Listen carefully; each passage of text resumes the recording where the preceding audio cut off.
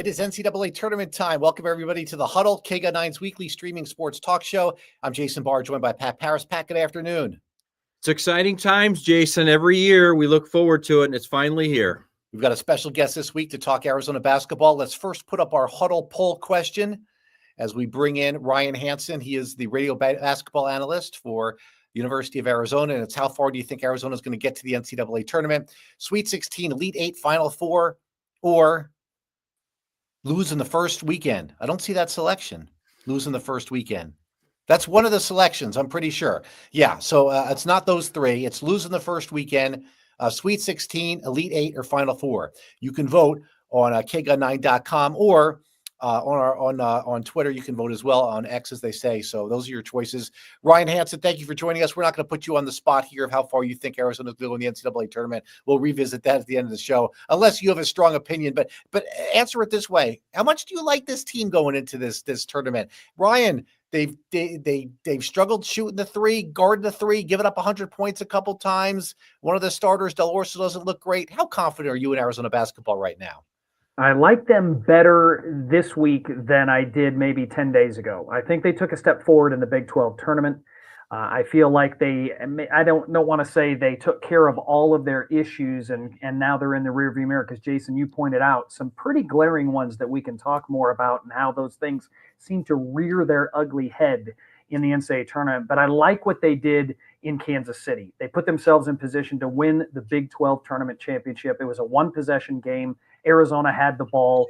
Their end-of-game decision-making and execution, that's another kind of challenging thing for the Wildcats right now. Bad shots. Didn't do well. Yeah, you got to take the right shots and make the right shots. But that turnover by Caleb Love, I mean, come on. If you would have told me going into the weekend, Arizona will have the ball with a minute left in the game, down 2, will you take it in the championship game? All three of us here would have said, that's a successful weekend, and it was. Yeah, absolutely. And I'm in agreement with you, Rhino. I feel so much better about this team now than 10 days ago, as you mentioned.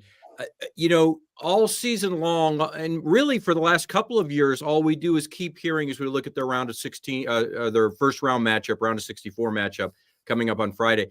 All season long, and maybe going back beyond that with Tommy Lloyd, it's about getting this team to be a little tougher. He even said at one point this last week something about the old Pac-12 being a little soft, and they're not soft. I think there's one thing we've seen is this team is much tougher, and they're not soft. And maybe it's the record isn't so terrific, but we've seen them toughen up, and now it paid off in the Big 12 tournament. As we sit today, and let's revisit this next week, right, guys? If Arizona's still alive this time next week, I think we'll all say to ourselves, yep, moving to the Big 12 was the right thing to prepare Arizona properly for that toughness that they need to have in an NCAA tournament environment. It appears that they are battle-tested. It appears that, yes, they've played 17 games against NCAA tournament competition. They're 7-10 in those games. So, yes, the record may not reflect as much success as you would like, but they're battle-tested. Are they really, truly ready to execute at the end of games? That still remains to be seen. I don't want to say, yep, they're ready to go until it actually happens. But, Pat, I think you're right. What we've seen on the court, Arizona has raised their level of toughness in many of these games, and now they're going to have to prove it come NCAA tournament. Okay, so let's start with a matchup against Akron here. When I take a look at the Zips, Ryan, I see a team that scored 100 points 6 times this year. What does that tell you about that team and what it could mean for this game? Tells me they're not going to slow it down, that they're going to play the pace that Arizona is going to like, right? This is a team that averages more points than Arizona. When was the last time you said that in an NCAA tournament game, especially one of the first games of the tournament? Usually a slowdown game is Arizona's kryptonite in the tournament. I think Arizona will be playing their preferred style of basketball. Akron's going to get up and down. That gives them more opportunities to score, but it also gives the higher seeded team more opportunity to settle in versus that 50 possession game against Princeton where every possession felt like it was the end of the game. There's going to be 70 field goal attempts for each of these two teams. I think that favors a seed like Arizona in this situation, a higher seeded team. But let's not lose sight of the fact, and we'll dive into this. Akron can score the basketball. They can put the ball in the hoop, and their three-point shooting may be their strength, their depth, the number and their breadth, the number of three-point shooters that they have could be problematic for a team in Arizona that we have seen in situations give up high number of three-point makes. But I'll play devil's advocate a little bit here, Rhino, and that's that the Akron's, they're making hay in the MAC and they're killing everybody in their conference.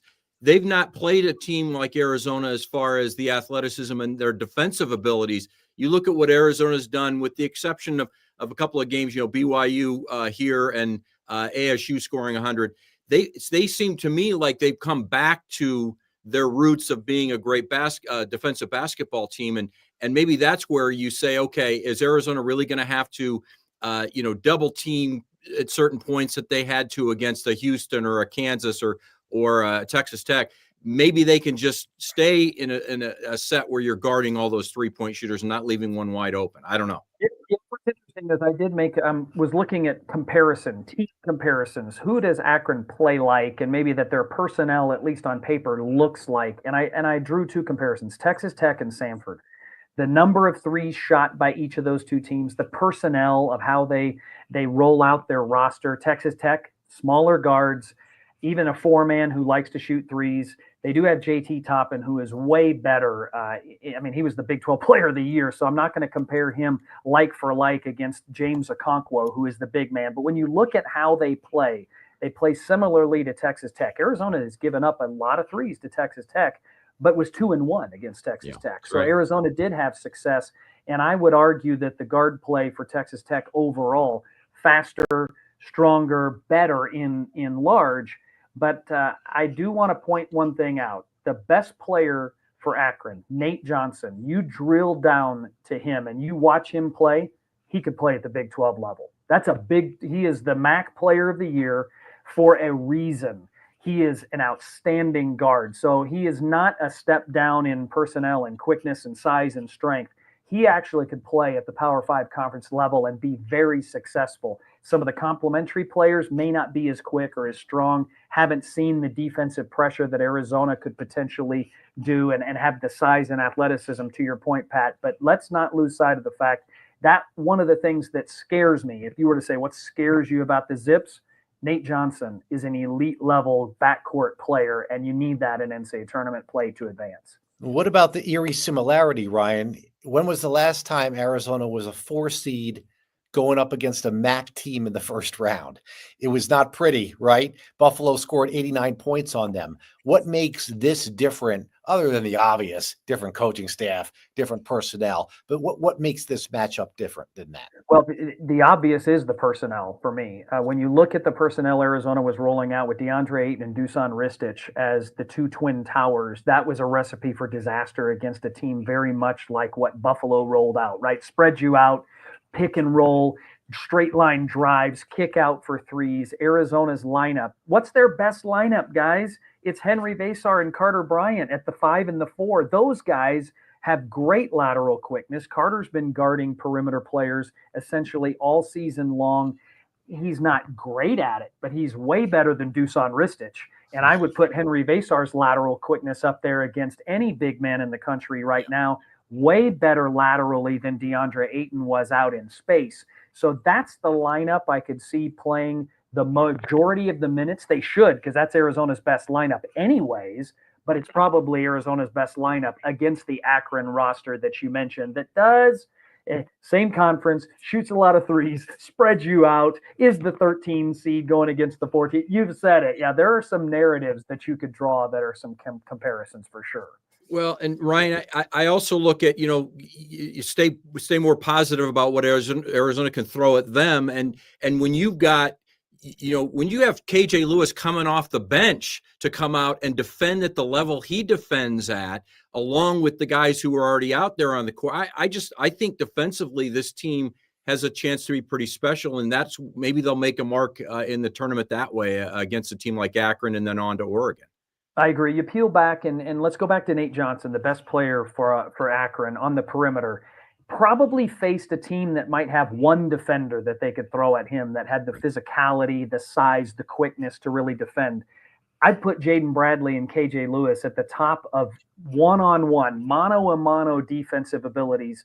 They're at the top of anybody's list. So those two guys guarding in tandem, getting switched off of and on to Nate Johnson, I think gives Arizona an advantage in that area. Those three guys, when you couple it with what Caleb Love's potential is and how his defense has even improved, those three guys on the perimeter are outstanding at driving, maybe getting Akron into foul trouble. We talked about Akron's strength maybe against Arizona's weakness, the three-point shooting. What's Akron's weakness? Interior defense. That's right. They give up a lot of points in the paint. Arizona, if they hit their average of 39 points in the paint, which Right. Arizona scored 36 points in the paint against Houston. Houston, that is, defensively. If Arizona sticks to its DNA and does not start settling for threes, trying to match Akron from the three-point line, and they put their head down, I'd like to believe that Arizona's ability to score in the paint will put a lot of pressure on the Zips defensively. Okay, so as you can tell, we're not overlooking Akron. I don't think anybody is. No. Okay, so because we're not, and we have you here now, and we probably won't get to talk to you between games if there is a second game. I feel like they just lost to Oregon. I know it's a different year, and that was in the Pac-12 tournament in Las Vegas in the semifinals, if I'm not mistaken. Now, no N'Faly Dante this year. How would you see a potential second round game or around a 32 game against Oregon, assuming they get by Liberty?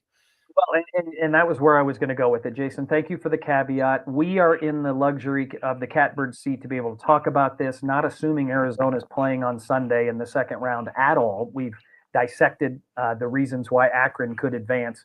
I will start here. Liberty, best, most efficient three-point shooting team in the NCAA tournament. So Oregon, it's not a foregone conclusion that their zone is going to work against an outstanding three-point shooting team that, by the way, uses the three-point shot as their primary weapon. So don't lose sleep on Richie McKay and the Liberty Flames in what they could do in their first-round game. But just for the sake of the nostalgia of the old Pac-12 and Pac-10 matchup, the Oregon-Arizona, you knew it was coming, guys. You knew when the season started, and Oregon and UCLA were not in the same conference as Arizona because of the regionality, because all three teams were probably going to be seeded in and around each other in the NCAA tournament, that we were going to see UCLA or Oregon in the second round of the tournament. It was almost a foregone conclusion that it was going to happen. And sure enough, it could on Sunday. Arizona's Tommy Lloyd's 4-2 against Dana Altman in his career at Arizona. So I know the bad taste in your mouth from the Pac-12 tournament a year ago leads you to believe that, the upper hand is in Oregon's favor. Oregon does not have the dominant player in N'Faly Dante. They do have Jackson Shellstad, who is an elite level point guard. I love his play. He could really lift Oregon beyond, maybe what their ceiling could be. And Dana Altman is a Hall of Famer. He is an absolute Hall of Famer. They're a tough out to whichever team he's coached in his career at Creighton or Oregon. They always seem to play well in March. He's not to the level of Tom Izzo March, right? It's up there though, and I like Oregon's chances because of their changing defenses, their versatility. They can switch a lot defensively because they got a lot of guys the same size. They got experience in a TJ Bamba, who is now a Duck. But looking at Jackson Shellstad and Nate Biddle, by the way, a one-time Arizona recruit, is their leading scorer. So they've got that inside-out action.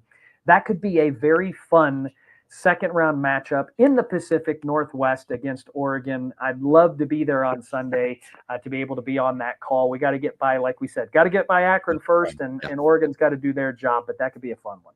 Shout out real quick to Ryan Hansen. Your 72nd tournament game, you told me that you're going to be a part of, which is pretty remarkable. Not a lot of people can say that. Obviously, they've been to see Arizona play that many tournament games. I want to ask you specifically, though, about Caleb Love, because last year at this time, we were all bemoaning the fact that Caleb Love looked like he'd lost all of his confidence. He came into the Pac-12 tournament kind of on a slide. He went into the NCAA tournament on a slide, and he just had unfortunately a horrendous night against Clemson in that Sweet 16 game. It's a different Caleb Love this time around in March. And one of the things I've noticed, and you can piggyback off this, he's not settling for those 3-point jumpers. We love to see when he takes them because he's making a lot of them now, but he's been driving so much more and so effectively now. Yeah, and you just look back to the Houston game. The old famous phrase, he played within himself.